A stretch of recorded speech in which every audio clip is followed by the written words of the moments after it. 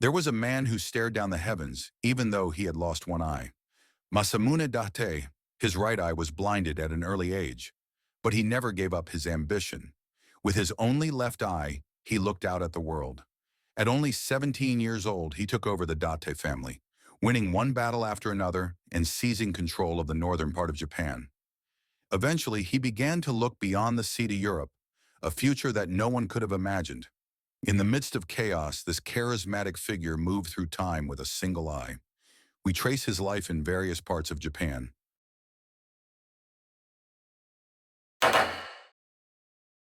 Dokugan Ryu, the nickname by which Masamune Date is famously known, was born here, Yonezawa Castle in Yamagata Prefecture. This was the place where the young Masamune first held a sword, where he studied, struggled, and began to dream. He was born and raised within these castle walls, and it was here that he resolved to inherit his family's legacy and become the head of the Date clan. His father placed great expectations on him, raising him not only as a warrior, but as a man of excellence. Masamune was taught the martial arts of swordsmanship and horsemanship, but also academics, etiquette, and the wisdom needed to survive in the age of war. The calm judgment he later displayed, his bold diplomatic moves, and his visionary approach to city planning, all of it had its roots here in Yonezawa. Today, the castle grounds are preserved as a pine-shaded park, and at the site of the original keep stands the Uesugi Shrine. At the nearby museum, visitors can view valuable relics of the Date family, armor, scrolls, and other artifacts of history. Stand among the castle's stone walls, and you might still feel the breath of Masamune's boyhood in the air. It was from this very place that his story began, a story that would charge through the chaos of war and one day cast its gaze out across the world. Kamioka Monjudu. This is where the young Masamune Date studied and developed his intellect. Enshrined here is a Buddha believed to bestow wisdom and learning. Even today, students and scholars from across Japan come here to pray for academic success. It was in this hall that Masamune read ancient texts, studied the qualities of leadership, the strategies of war, and the lessons of history, laying the foundation for his future as a lord. From these teachings grew his belief, not to rule by force, but to lead through wisdom and trust. Behind the hall, fields stretch wide and mountain ridges rolled gently into the distance. It is a view that surely appeared the same to young Masamune's eyes. At the age of 17, Masamune Date became the head of the Date clan. As his spiritual foundation, he turned to Zuiganji Temple, a Rinzai Zen temple that he would later renovate on a grand scale. Zen teaches the importance of maintaining a still mind in any situation and of seeking answers not from others, but from within oneself. Even amidst the turmoil of war, Masamune sought to remain calm, to see clearly through confusion, and to cultivate an unwavering heart. He entrusted this temple with the spirit of the Date clan. The resolve of Masamune's youth still lingers quietly within the grounds of Zuiganji. At the age of 18, Masamune Date challenged his father's killer, Nihonmatsu Yoshitsugu, the man responsible for his abduction and murder. The battle took place at Hitotori Bashi. The enemy numbered around 20,000. Masamune's force, only 5,000, a 4-to-1 disadvantage. Against overwhelming odds, Masamune stood on the front lines himself, leading his troops as arrows poured down in a relentless storm. The battle ended without a clear outcome, but it marked the moment the young Masamune stepped onto the main stage of Japan's Warring States period. Today, the old battlefield stretches across quiet countryside. There, the words carved into a stone monument still seem to speak, whispers of past tension and battle cries, carried softly on the wind. Masamune set his sights on expanding his domain, and at Suryagahara, he took command and secured a decisive victory. He was just 22 years old, and with this triumph, he gained control of 1.2 million koku, making him the fourth most powerful lord in Japan. 1.2 million koku, enough to feed 1.2 million people for a year. A land of extraordinary abundance. In today's currency, its value would be around $80 million. From high ground, he watched the enemy closely, dividing his forces and never allowing them a moment to rest. He struck in the calm of early morning and chased down every last fleeing soldier. It was a moment when Masamune's brilliance as a strategist truly shone. His rising momentum led some to call him a contender for unifying the realm. Today, Suryagahara lies in the quiet hills of Kohiyama. There, in the stillness, the echo of Masamune's ambition lingers. It is a place where a young charisma first caught a glimpse of the summit, a true site of history. After his victory at the Battle of Suryagahara, Masamune claimed the enemy's stronghold, Kurakawa Castle. It was proof that he had taken control of the Aizu region, and from this strategic base, he began full-scale governance, advancing boldly toward the unification of the realm. But just as his ambitions began to take form, an unexpected order reached him. It came from the one man no powerful lord in Japan could defy, Hideyoshi Toyotomi. "Leave Aizu," the message read. "Go to Iwadayama, some 100 kilometers away." For Masamune, it was a bitter command, to give up the hard-won stronghold of Aizu, as if he were being told, "Do not stand out any further." Still, he accepted the decision and quietly began planning his next move.